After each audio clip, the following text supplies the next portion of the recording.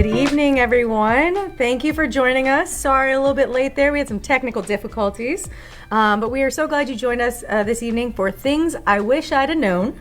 I am Elizabeth Dautrieve, CEO of the St. Bernard Chamber of Commerce. We have partnered tonight with Chicory Productions to make tonight's live possible. So thank you to Kat and her team for making tonight a possibility and running all the technical side for us. So we appreciate that. We're going to jump right into asking some questions that will be helpful for all of you that are listening. So we'll start with David Clements. He is been in the insurance agency for 16 years now, and he is an owner of Clements Insurance. So thank you for joining us tonight, David. Thank you very much for having me. All right. So the first question I have for you this evening is, if your damage is not enough to exceed your deductible, should you still file?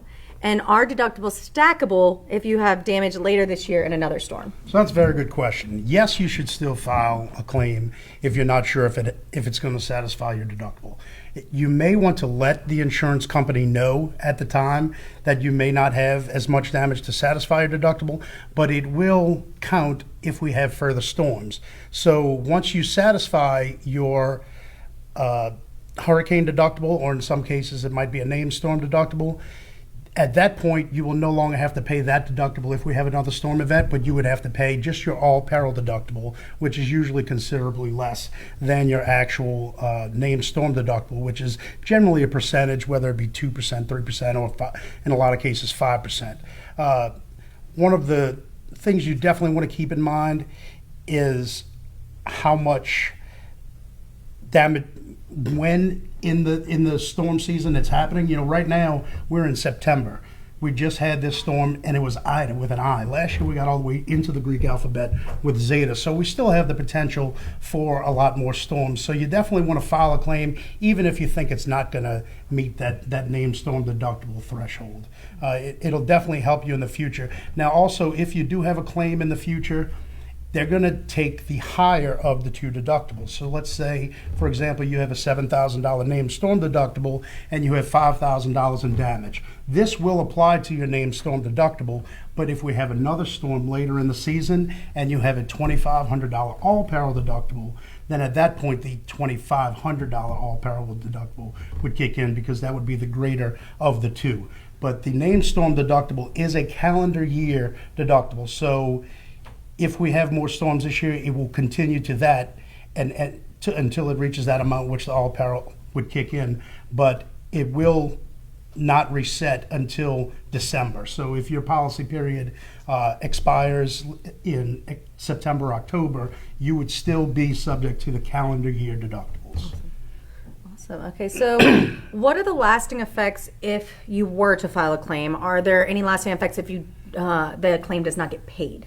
Okay, that's a good question. In this case, there's really no lasting effects, because this is a natural disaster, which is what the insurance companies would consider an act of God. Mm-hmm. There's nothing you can do to control a storm like this, whereas if you have a fire in your home, if you have a liability claim, there's ways that you could have mitigated your own risk. Seeing that this is an act of God, it's actually a statute in Title 22, I believe it's Section 1333, that will prohibit insurers from actually penalizing you for natural occurring acts of God disasters.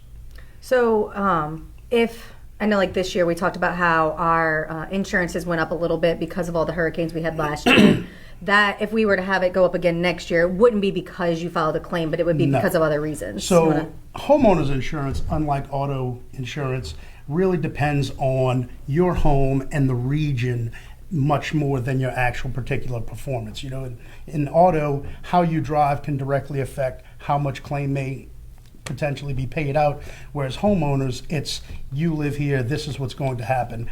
The real driver of rates when it comes to homeowners insurance is not necessarily even on the company level, but it gets into the reinsurance market. You know, insurance companies only keep $5-10 million of actual capital on hand, where their exposure may be it usually is in the billions of dollars. So they buy reinsurance coverage from a global market, usually based out of London. So they're going to get into that reinsurance, and that's what's actually going to pay the claim. And when the reinsurance goes up, that's when the rates really go up. Last year we had 5 storms that hit the Gulf Coast. We got Zeta, but it wasn't as catastrophic as Lake Charles got.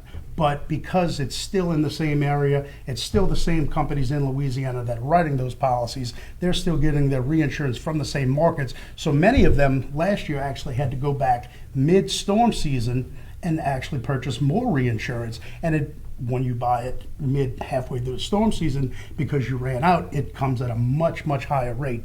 Last year was pretty catastrophic. We actually had a couple of carriers who went insolvent that just didn't have enough capital on hand, or they didn't have adequate amounts of reinsurance. And then when they got their reinsurance bills for this year, it was just much more than they could afford. So when you consider if you want to file a claim or not, don't think that it's going to hurt you individually by filing a claim. Mm-hmm. It's a lot bigger and more broad than that. If you feel like you have damage to your house, file the claim. Let the insurance company take a look at it. Let the adjusters take a look at it, and after that, you can make the decision whether you want to go through with it or not. But in most cases, especially in a natural disaster, you want to be sure to go through with that claim because it's not going to penalize you. Awesome. Thank you. So when filing a claim, what are the most common mistakes? What information do most people forget to include? One thing that you have to remember when filing a claim is that the adjusters do not work for the insurance companies. They're, for the most part, especially in a catastrophic event such as this, they are contracted. They work for third-party companies, and they come in from out of state. These companies have hundreds of adjusters on their payroll that they bring in for cat events such as this. So they don't know much about your policy. They generally don't know much about the company's actual insurance policy, because policies really can differ from company to company. So when you're speaking to your adjuster, be thorough, be honest, give them as much information as you can.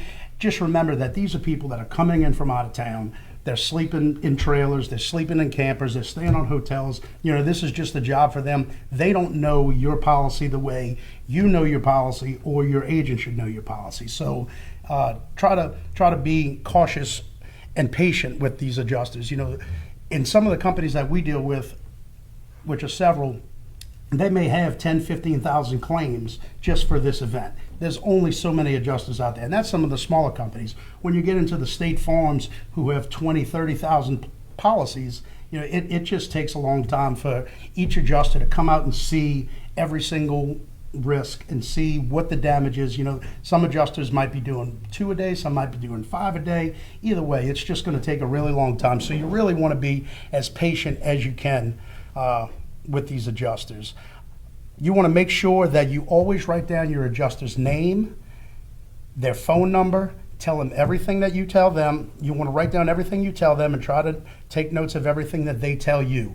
You want to have as many detailed records as you can, so that way if you do have an issue, if you disagree with what the adjuster tells you, you will know who it was and when you spoke to them. Make sure dates, times, everything. The more detail that you can document when it comes to your claim, the better off you'll be in the long run, because you'll just have that evidence at your disposal. Let me check my notes here. I want to see what Are there any mistakes that most people do whenever they're talking with adjusters?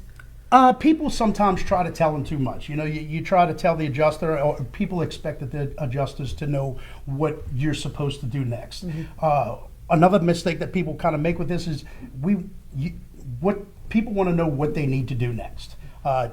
Yes, you have to wait for the adjuster to come out in order to really rebuild your property and to get things back the way they were. You do not have to wait for the adjuster in order to begin protecting your property from further damage. The insurance company actually really wants you to do that. So the adjuster is not going to come out and put a tarp on your roof. The company is not going to come out and put a tarp on your roof. You need to call someone to come put a tarp on your roof, or get up on your roof and put a tarp. That is the homeowner's responsibility, the policy owner's responsibility. The company will reimburse you for any expenses that you have incurred in order to protect your property from further damage, but they're not actually going to do it. So you do need to take every precaution and every effort that you can to stop any further damage. If you can open the windows and tear out some wet things and things of that nature, start to do it so that you don't get the spread of mold. You know, at the end of the day, it's your house, and you want to do what is best for your house to make sure that you're going to come out on the other end of this in the best situation possible. Don't put it all in the hands of the insurance company, because people are human. You know, we're still dealing with humans at the end of the day, at the other end of the phone, at the other end of the website. So just do what you think you need to do, but do not begin making repairs to the house, because you need to let the adjusters do their jobs. Also, one thing I forgot to mention is make sure you take pictures and videos of everything. You know, for Hurricane Katrina, people didn't have camera phones the way that we have now. You can record basically every second of your life in this day and age. So any damage that you've seen, the insurance companies are not out to get you. They're not out to do wrong. If you can show them lots of photos of everything that you had damaged, it just really makes their job a lot easier. People have asked me, should they contact contractors in order to begin seeing what their claim might entail? And that's not a bad idea. We don't want the contractors to begin working, but if when your adjuster shows up, if you could say, I've already contacted a roofer. Yes, he says that the roof is completely in need of replacement, which would be obvious when the adjuster sees it. If you say, he gave me a price, here's the price, you can give that to the adjuster. That may save a lot of time, and you've already given him an amount that he could possibly use. Not saying that he is going to use that exact amount, because they're trained in what a roof costs and what it costs to replace. But if you can actually come up with that number and not have him, that could really help your case. Do not get the contractor to start doing work on your house, but it definitely does not hurt to have as much preparation as you can for your adjuster. Perfect. Awesome. Anything, I know we've kind of talked about the adjuster coming in, but is there anything we should know about when meeting with the adjuster? So, you know, like you said, take the photos, do all of those things ahead of time. Don't think that they know your policy, but is there anything else you want to touch on about the adjuster? Anything else we missed? If you can have a list of all your damaged property, especially your contents, you know, over the course of the event, you move things out of the way. You know, if you have a hole in your roof, you've moved all your contents out of that room so that they don't get wet, so they don't swell up, so that they don't get mold. If they do have any damage to those things, if you can provide that adjuster along with the photos, if you can provide them a list of, this is everything that I have that got damaged. The water came in and rained on all my clothes, you know, and have pictures of the clothes and tell them about how many things you had. If your TV was damaged or your floors, if you can give them an outline as to everything that you may potentially have, that would really just give the adjuster a head start and give them sort of an outline as to what all your damage is, so that they're not just looking. You know, if you can really guide them and give them as much information as you can, that'll really help. So talking about content, so how you said you can protect your property, get everything out that could cause mold, things like that. So if you're taking it out and putting it on the curb before the adjuster comes, you know, taking those photos, like say if you have a couch that got, you know, soaked, you know, we obviously want to get that out before it causes any kind of further damage in your house, the clothes, things like that. So, you know, is it okay to put it on the curb and have it to where it can be picked up before the adjuster comes, or do you need to wait to move those things? You know, if you have the photos, things like that, does that help? If it were me, I wouldn't put it quite to the curb before the adjuster had the opportunity to see it, because I don't want to take the chance that the adjuster might not believe me, not to say that he wouldn't, but I would rather say, there's my couch, there's the damage, there's the mold all over it, you know, and then you could move it out to the curb. If you just get it out of your house in order to protect your house from getting further damage, but I wouldn't put it exactly to the curb. Not to say that if you do put it to the curb, that the photos would not suffice. You know, so maybe move it to the backyard first. Right, throw everything out your back door, or throw it right out your front door in your front yard, and maybe move it to the curb. And don't kill yourself trying to move everything twice. But if you have really good photos of everything, you should not have an issue. But me personally, I wouldn't throw much away, because I want to make sure that everything that should be included in my claim will be included in my claim. Perfect. All right, the last question I have is make sure you have receipts for everything. Anything that you spend to protect your house from further damage, make sure you keep all the receipts, because they will reimburse you for blue tarps, for if you have to go get a wheelbarrow, if you have to get a dehumidifier, they will rent a things like that, they will reimburse you for any expenses that you've had in order to protect your property from further damage. So the last question I have is, if your insurance gives you a check for less than what you need, what can you do to show that your costs are more? Do insurance companies typically give you the difference to cover the full cost? When would they not cover those full costs? So one thing that you need to be careful of when you get the initial claim response is that they're going to base the claims first. There's what they call valuation. It's either going to be the actual cash value of your claim or the replacement cost of your claim. The actual cash value is the replacement cost minus its depreciation. So when they give you the initial numbers, they're going to give you the actual cash value. And more than likely, that's the money that they're going to send you initially. On the claims form, it will usually have what they call a depreciative, excuse me, I wrote down the exact word and I can't find it, but the recoverable depreciation, that's the word I was looking for. They will have the recoverable depreciation listed on your claims form. So once you get the repairs actually completed, at that point they'll give you a check for the rest of the recoverable depreciation. Okay. Now, in the event that you are not satisfied with what the adjuster has given you, you can always file an appeal with the company and tell them, say, look, the adjuster said that I was going to get this much money, but in actuality, this is what it costs. Now, keep in mind, every roof is going to tell you that you need a new roof. That's what they do. They're going to tell you that you need a new roof. People that are in it for the repairs are going to tell you that you need a complete repair. That's not always the case. Not to say that they're lying, but that's just what they do, and it's probably easier for them to replace a roof than fix a roof. That's just the way it goes. It's worth their time. You could file that appeal with the insurance company, and if they say no, I would not be as quick to get a lawyer as I would to file a complaint with the Department of Insurance. If you file a complaint with the Department of Insurance, you give them the opportunity to adjudicate your claim and to see whether you actually should get what you are saying you should get versus what the adjuster says. If you do get a lawyer, lawyers cost money. Lawyers are going to charge you fees. So at that point, are you really getting what you feel you deserve, because you're going to have to pay whatever the lawyer's percentage is. So your best bet is to go through the Department of Insurance, and if you don't get the result you desire after going through the Department of Insurance, at that point, possibly seeking legal counsel could be your next step. Awesome. All right, so that's all the questions I have. So we will go to the live to see if there's any comments. If anybody has any questions for David, if you want to put them into the comments, we will address those. Let me just pull that up real quick.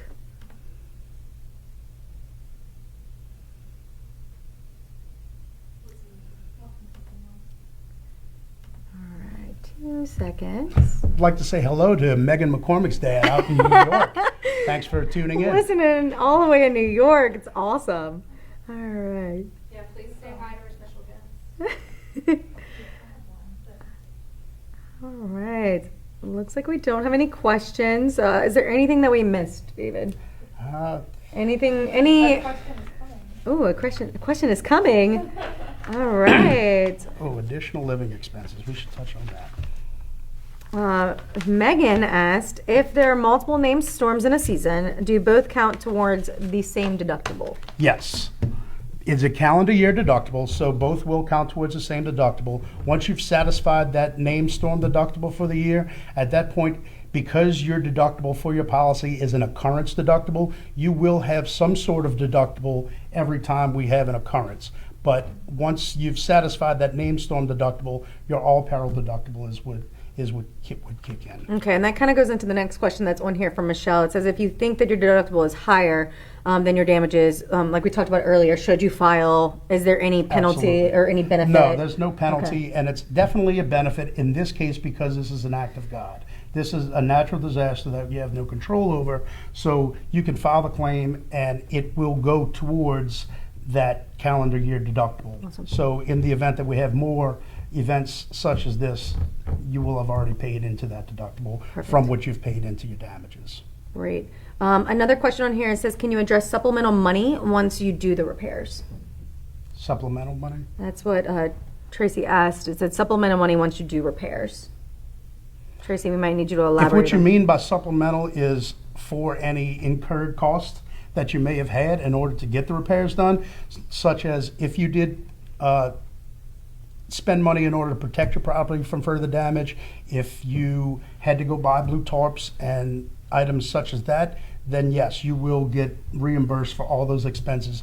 Make sure you keep your receipts, keep everything, document everything that you have, and try to make and organize as much of that as you can to give to the adjuster so that they know. They're not going to assume what you spent. They're not going to look for everything you spent. It's going to be your responsibility to provide that to the insurance company and to the adjuster. I have another question as well. So, I mean, we talked about the damage from the hurricane, you know, your roof, things like that. I mean, we've had a ton of rain since the storm. If you continue to get more damage because of that, would that still count towards, you know, Yes. your hurricane damage, even though it was afterwards because of it? Yes, because the damage, what you're talking about is additional damage to your home because of a named storm event. So that because we had the event, and that is what truly caused the damage, everything that has happened since then to your house as a result of that damage would still fall under the occurrence deductible. Perfect. I wanted to touch on additional living expenses because that's a lot of questions that people have right Yes. now. For the most part, you okay? Yeah, just hit my knee. Sorry about that, guys. For the most part, additional living expenses, it's going to be policy specific. So everyone's policy could be different, you know, from State Farm to Bankers to UPC to Americas to Allied Trust. But for the most part, loss of use is going to be subject to your deductible. So if you left town and it was a mandatory evacuation and it's something that is covered, or if you have damage, you are going to be subject to that named storm deductible before you can collect any additional living expenses. There's a lot going on right now. The Commissioner of Insurance came out and ordered the insurance companies to pay additional living expenses for evacuations, even though they were not mandated by civil authority. We're kind of waiting to see how that plays out. According to the terms of most insurance policies, they are not required to pay if there's no mandatory evacuation order. Usually to collect additional living expenses, you would have to have damage to your property, or you would have to have power out on your property or to an adjacent property. They wouldn't just pay if the power is out to the entire parish. So if you have power lines down on your property or the property next door to yours, then yes, additional living expenses would kick in, but you would definitely be subject to deductible. If your house is unlivable, absolutely, loss of use, that is what it is for. You will have a monetary limit, and there are time limits that the company can spend, that the company can set. If you're just out of power, I think they usually will stop it at 2 weeks. But if you have considerable damage, if you have a tree on your house and you truly cannot live in your house, that is exactly what loss of use is for. And they're going to give you money to get back in your house, to find a place to live, so that you're not incurring expenses to stay at a hotel and also have to pay your house note. You know, they're going to pay for that hotel so that you're not paying double expenses. Awesome. Thank you, David. It looks like there's a few more questions in here, but it also looks like someone from Clements Insurance Services is answering. So I'm going to assume that's Tim. Thanks for joining us this evening, you, Tim, if Tim. that's you. So if you ask your question, Tim will answer it for you. And so you can ask any other questions you have for David or Clements Insurance here in the chat. If anyone does have further questions, feel free to contact me by email. My email address is dave@clementsins, that's D-A-V-E, @clementsins.com. I'll try to answer them as thoroughly and as quickly as I can. I have been getting pretty bombarded with lots of emails lately, which I really don't mind. This is what we do. This is when we make our money. So I really don't mind it. Even if you're my customer or not, feel free. If you have a question, I want to make sure that you get treated the way you should and make the proper decisions for you and your family regarding your home. Awesome. Thank you, David. We're going to switch speakers here. So before we do that, I'd like to take a moment to tell everyone that's listening about our next upcoming event for the St. Bernard Chamber, which is Tour de Parish. It takes place on November 6th.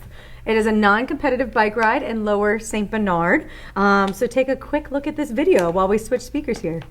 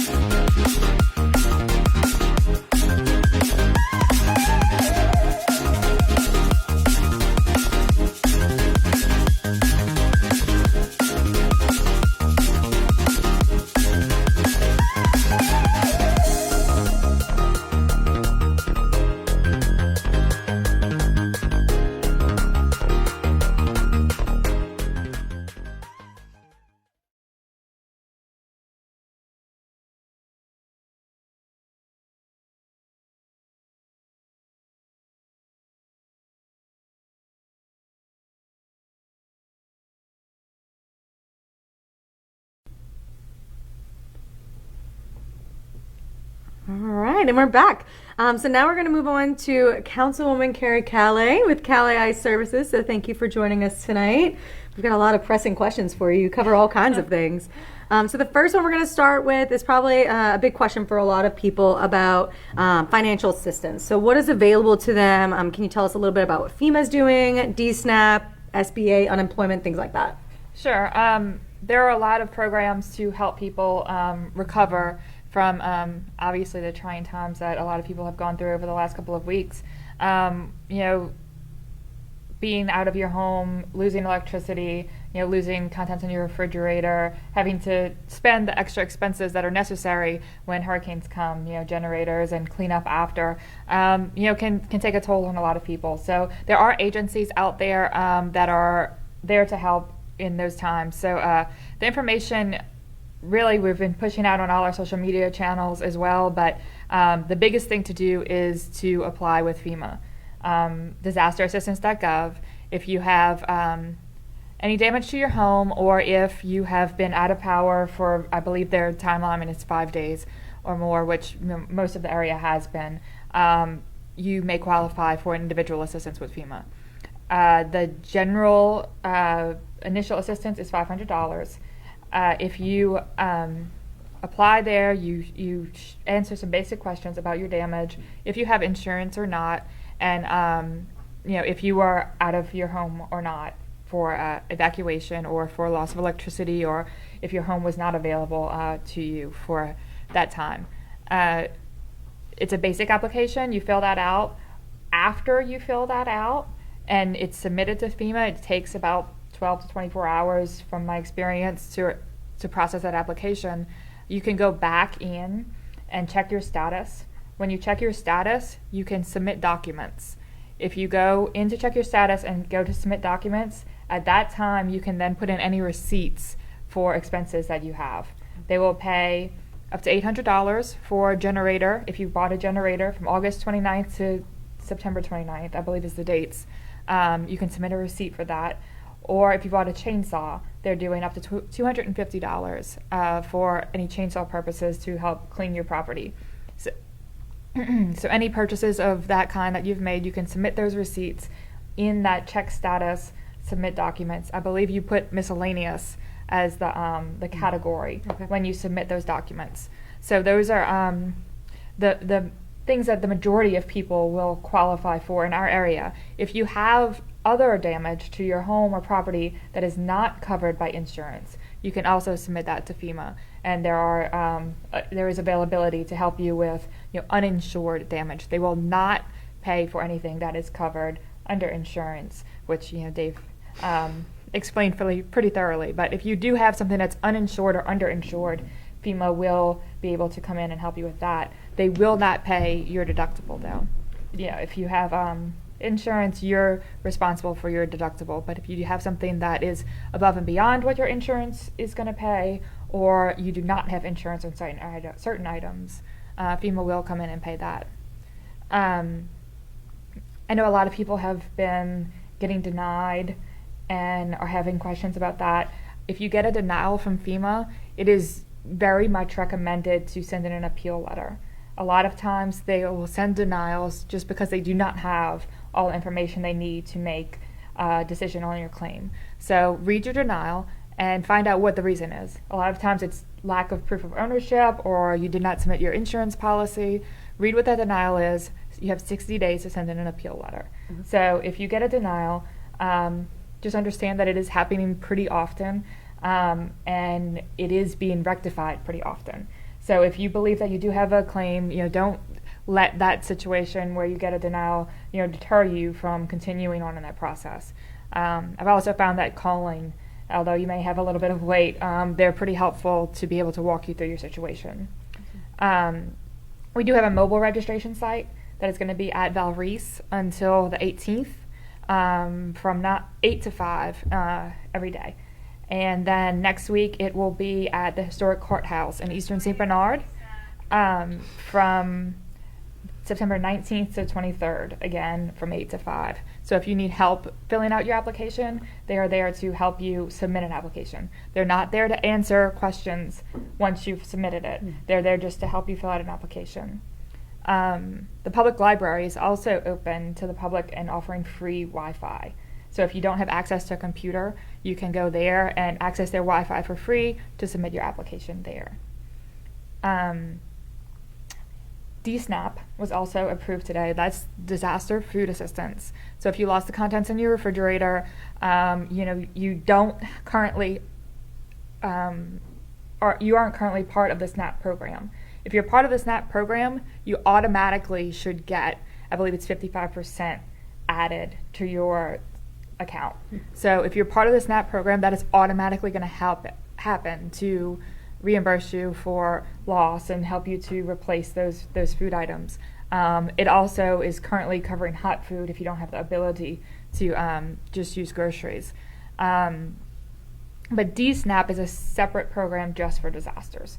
So if you're not part of a SNAP program and you did lose the contents of your refrigerator or need help to replace food items, you can apply. It's dcfs.la.gov/DSNAP. You can pre-register there. The registration for St. Bernard is Monday. So if you go on their website, you can see the different times that they're asking people to call in. So on Monday, you'll be able to officially register by phone through DSNAP. Businesses SBA will not qualify for FEMA. If you're a business and you receive damage, you cannot apply for the individual assistance program, but the SBA program is open. So you can qualify for a disaster loan through SBA, and I believe the rate is between 2.5 and 3%. So very low interest loans through SBA, and that program is open for businesses that need help outside of their insurance coverages as well. If they already currently have an SBA loan, can they get another one with this, or would that be? So it would obviously be considered a part of your. You'd have to disclose that in your in your application, but it wouldn't stop you, I don't believe, from being able to apply for that program. And then the next one was unemployment. Yes, there is also disaster unemployment if you are currently out of work or have lost your job because of the hurricane. You can go to the state unemployment website and apply for disaster unemployment, which is more of a temporary program to help people that are unemployed currently because of the disaster. Awesome. All right, so now that we've kind of gone over all the financial assistance that people have available to them, can you tell us a little bit about what parish government is doing now, coming with down trees, cleaning drains, all the things? Sure. I'm going to say that as a parish, we really feel blessed. We braced for a storm here that definitely came, but definitely was not what some of our neighboring parishes have felt. So we're definitely, counting our blessings for that, and we're praying for all of our neighbors to the west that are dealing with much worse situations than we have to deal with. But there's plenty to do here. There's plenty of cleanup. There's plenty of things that we're doing to make sure that St. Bernard is ready if there is another storm. That is our biggest concern right now, is to get us not only where we were pre-Ida, but better, right, in case another storm does come. We're not done with hurricane season yet, unfortunately. So we are cleaning the streets. The state has cleaned almost all of their state highways. The catch basins are currently being cleaned along all state thoroughfares. Parish government has teamed up with GOSEP and FEMA, and we're currently cleaning all of the drainage canals. So any drainage canals which have not been cleaned in many, many years are currently being cleaned. And we're getting to that as quickly as possible to make sure that we have that water flow if, in the event of the rain event we had, yesterday, and thankfully it was more of a one-day event than a couple of days, which we thought it may be. So you should see crews out there cleaning those drainage canals, which is a wonderful sight. We're also getting ready to start cleaning those navigable waterways. Outside of the levee system particularly, we've had so much, not only debris, but marsh and mud and just sediment that has washed in with the storm, that so many of our navigable waterways are full.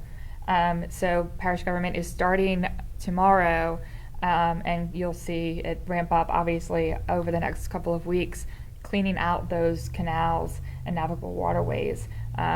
So that's a much needed thing for all of our fishermen and everybody outside of the levee protection area that is trying to get around right now, that some of those canals are just completely jammed up. So that process is starting, and we're really excited to get that going and underway, because it's a big problem outside of the levee district.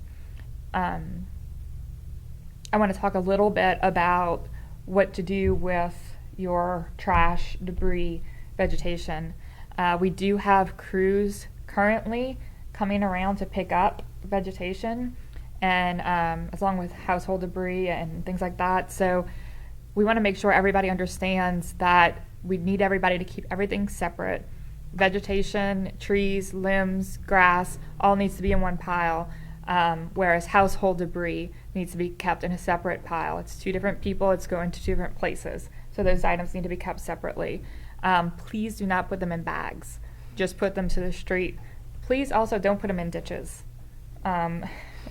We've seen, a good bit of people, obviously wanting to get it out of the yard. Please don't block the ditches that are on your street, so we can make sure that water is still flowing in and out of there in the event that we have a rain occurrence like we did yesterday. But push it to your street, and crews are currently making their way through the parish right now. You don't have to call. They're coming. They're going to make 3 passes. They're in the process of the first pass still. So as quickly as you can get it out there, then the earlier on in the passes you'll be, right? So if everybody can get it out there as soon as possible, the more we can pick up at one time, the more efficient we can be with that crew. So how often are they doing those passes? If they're on the first pass now, when will they start the second? It's really kind of fluid. Mm-hmm. So we want to make sure we only get 3. Right, so we want to make sure that we give people enough time to get that debris. A lot of times it's trees, and you have to get it cut, and you have to, if you're hiring somebody or if you're trying to do it yourself, we understand that it takes some time. So the first pass is really going to get, all of those people that are really on the spot. I'm not one of them. That we're able to get everything out there. First pass is really going to get that initial push out of the way. And we'll kind of gauge it. We'll kind of see, when the second pass is necessary. The second pass will probably come directly after the first pass, and we'll try to gauge that third pass just to make sure that everybody has had a chance to get everything to the street. Is that first pass going to start in a certain part of the parish? Like, is it going to start in Araby and work its way down, or is it in the other direction? No, not necessarily. Okay. They have a plan, but it's not directional. Okay. It's not. I know they were in parts of Araby, Chalmette, and I believe even parts of Violet today. They've already done a piece of Toka. Like they're making their way through the whole parish, but it's not from one direction to another. They're sending lists of the streets that are done and the streets that haven't been done yet, so we can see that all the streets are covered in each pass.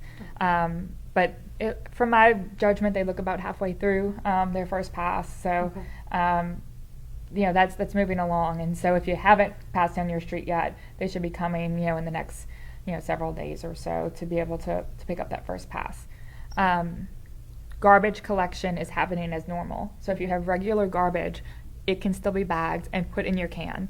Bagged garbage is going to have to be in your can, because they cannot pick up bagged garbage with the vegetation or the household debris. So if you have that garbage, please put it in your can. That is happening on your regular days as normal. Perfect. So what should residents do to report issues? So if they have down trees still, power lines, etc. So we have set up, let me see if I can find where.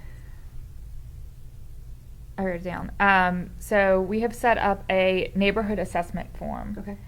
If you go to sbpg.net, it is also pinned to the top of St. Bernard Parish Government's Facebook page, the link to that assessment form. Okay.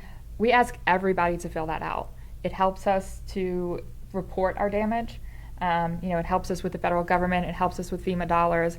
It helps us be able to spend less local dollars if we can report all that to FEMA. So anybody with any sort of damage to their home should go fill out one of those assessment forms. Okay. But that is also the way to report an issue to us.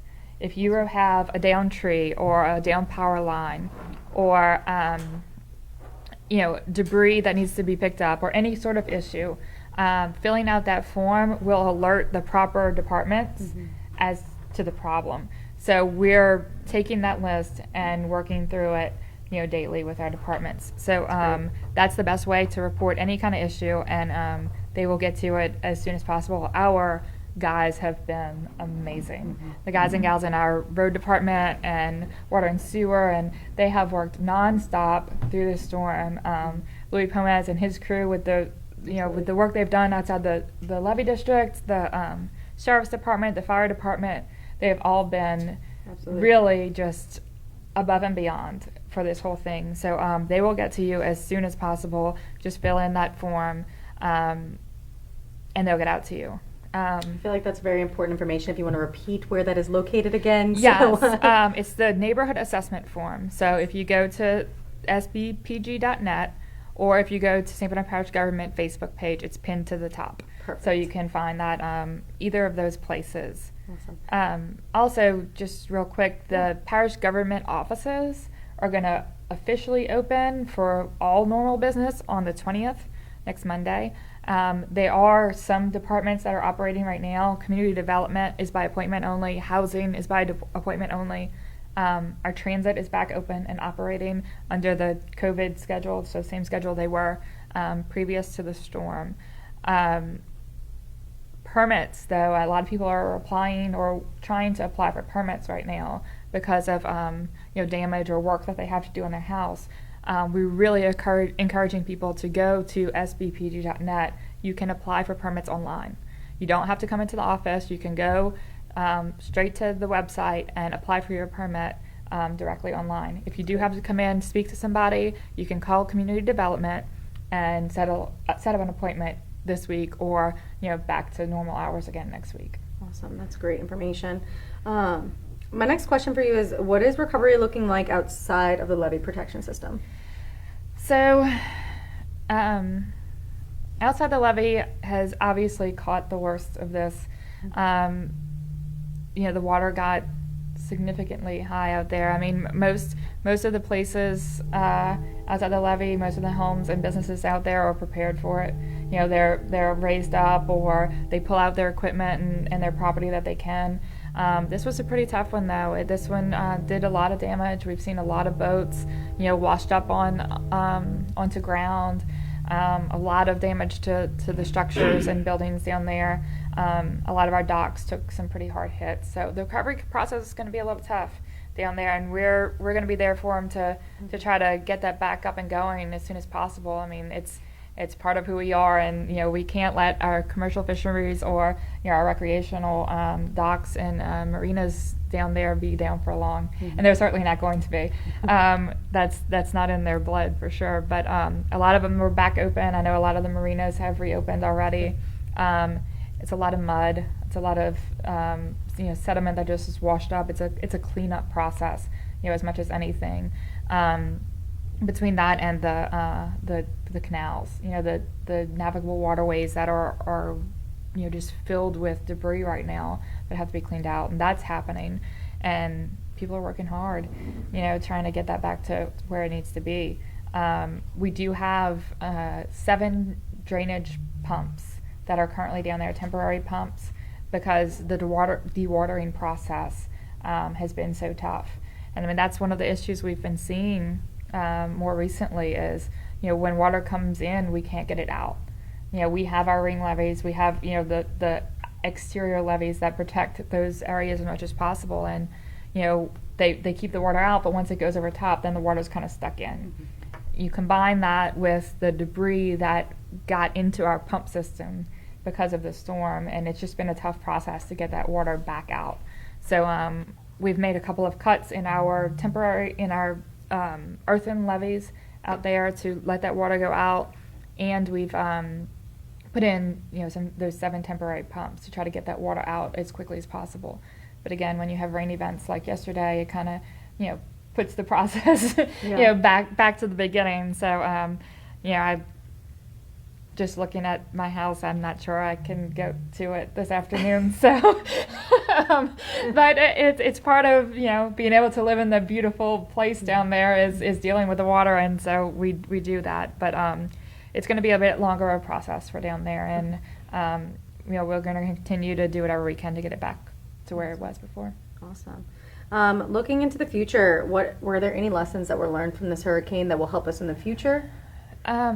I think there always is, right? I think that, every storm is different. And the thing that we have learned is that our levees work. The wall that is around us works. And that's a wonderful thing, but that also means that people stay. People feel comfortable and people are here. Whereas before, if you had a storm that was going to cause any kind of damage, people were gone. So we had the ability to clean up after. It wasn't a big deal if power was out for 3 or 4 days, because nobody was here to experience it. With our levee system being in place, it means that people feel comfortable being able to stay in their homes. Mm-hmm. And that means that we have to understand what that means, both as a community and as a government.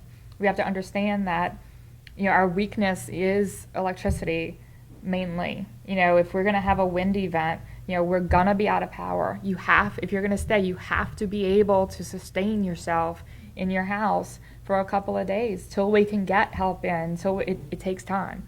You have to have the food and the water and the gas, to run a generator if you're going to run a generator, and to be able to eat and have water and survive for 3 days without services. Of course, we want to get those things to people as quickly as possible. But especially when you're dealing with a situation like this one, where the damage is so widespread. There are people in, western parishes that were literally, trapped on their roofs still. And, we're experiencing our Katrina. They have got to be the priority at that time. And we understand that, and I know that our community understands that. But that means that it takes a little bit longer to get, some of that help to us, because they have got to, keep the life-threatening situations a priority. So we have to learn how to prepare better for that, as a community and as a parish, and how to better respond quickly to our residents that can't do that.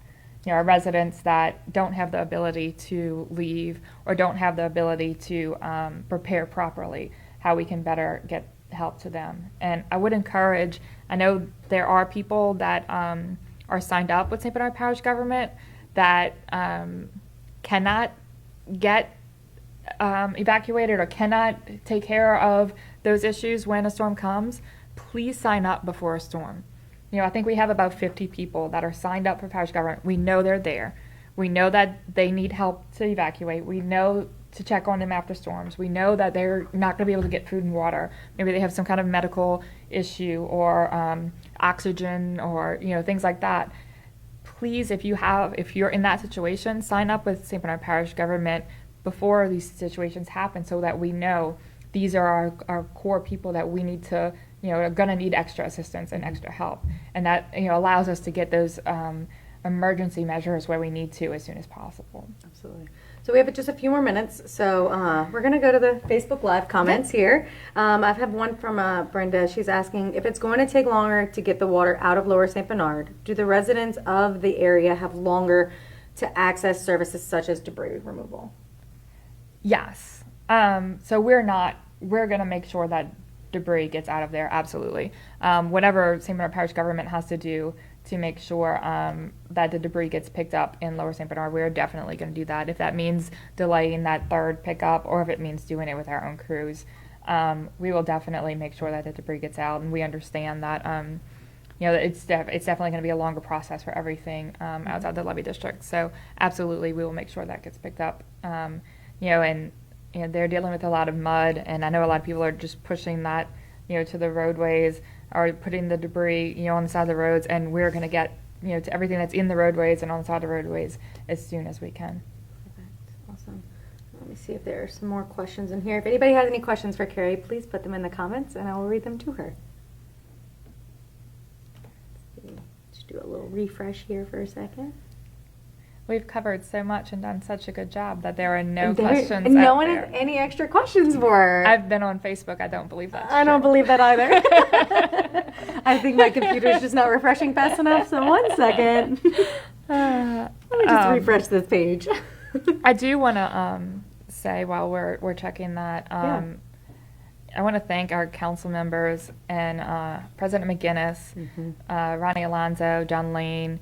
I mean, they all worked their butts off, and I know all our council members have been responding to residents as quickly as they can while trying to take care of their own families, and it's not an easy job, and I really appreciate all of our council members for really going above and beyond, and President McGinnis has been a real leader through this process. I mean, we've dealt with a couple of hurdles, along the way, and it's tough. It's a tough situation to be in. Making the right decisions as quickly as possible to make sure that the residents get the help that they need. Dealing with energy, dealing with getting these canals cleared out, and doing the things that we need. It's a tough spot a lot of times to make those decisions and to have that pressure of making sure that you're doing the best thing for your residents. And I've watched him a couple of times get a little passionate, and I think that's what makes good leaders in St. Bernard is when you can be a respectable leader and still have the St. Bernard come out every now and then when it needs to. So I really appreciate the work that him and his staff has done, and all the council throughout this whole process. So. Absolutely. So I had somebody, actually Megan McCormick here, ask if we could mention the Nunez Community College minor repairs workshops. So if you are unaware, starting this Saturday, Nunez will be doing a minor repairs 101 workshop. So check out their Facebook page to find out more information about that. But it's my understanding you'll learn how to do, maybe some sheetrocking or some tiling, things that minor repairs to your home that you may need to know right now. So check out their page for more information on that. That's amazing. I know they have opened their doors to people for Wi-Fi over the past week too, and it's really between the community partners like Nunez and just the citizens. The citizens this week have been amazing. The businesses and the community, putting together food drives. The chamber put together a food drive this week, just getting out there and, handing out waters, handing out food, being there for each other. So many residents I've seen opening their homes, cooking meals, setting out, folding tables in their front yards. It's just been incredible to see, and that's what St. Bernard's about, and that's what makes us be able to get through these situations time and time again, because we know that we're all going to band together as a community. And if government help isn't always there as quick as we want it to, we have our neighbors, and that's really a wonderful thing to watch over the last 2 weeks. Absolutely. And I do want to mention the Nunez thing is free, so you do not have to be a Nunez student to join these workshops. So check it out. But I completely agree. I mean, I think our community has done a fantastic job of helping each other and helping our neighbors as well. So going into that, I do want to mention that the chamber is currently doing a drive for goods to help our River Region area. We've started the River Region Relief Fund. We've partnered with the River Region Chamber of Commerce to help distribute the necessary items that are needed in that area for those that have been affected by Hurricane Ida. So you can bring the items that are up on your screen to Brewster's. She'll be collecting those there. Jessica Reeb has been very helpful in making sure that we have a place that's easily accessible for everyone in the community to drop things off at. So we'll be collecting those. Honestly, we're going to keep collecting them as long as you guys are dropping them off. So once we get enough to make a load, we'll be bringing that, and then if you keep bringing them, we'll keep bringing it out to that area. And if you want to make a monetary donation, it is tax deductible. You can click the link that's going to be provided in the comments by St. Bernard Economic Development Foundation, or you can text RIVER to 202-85-1233. So that's 202-85-1233. And all of that money, like I said, will be going to the River Region area. So we're going to be helping those folks in that area recover. And then that is all the time we have. We want to thank David and Kerri again for being here this evening. I think that we covered a lot of very important topics. I also want to thank the Port of St. Bernard for allowing us to be here tonight and using their facility. And again, thank you to Chicory Productions for making this run so smoothly. So make sure you follow the St. Bernard Chamber Facebook page for more important information and updates. And you'll have a great evening.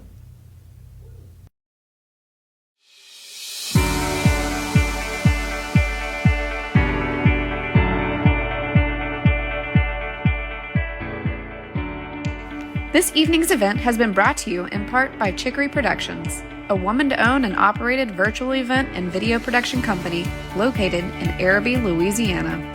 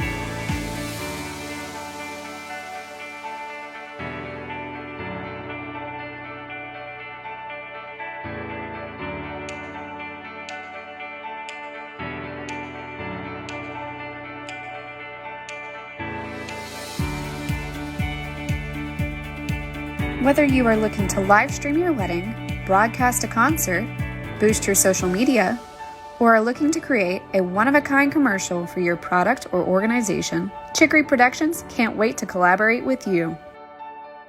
Visit us today at www.chicorypro.com.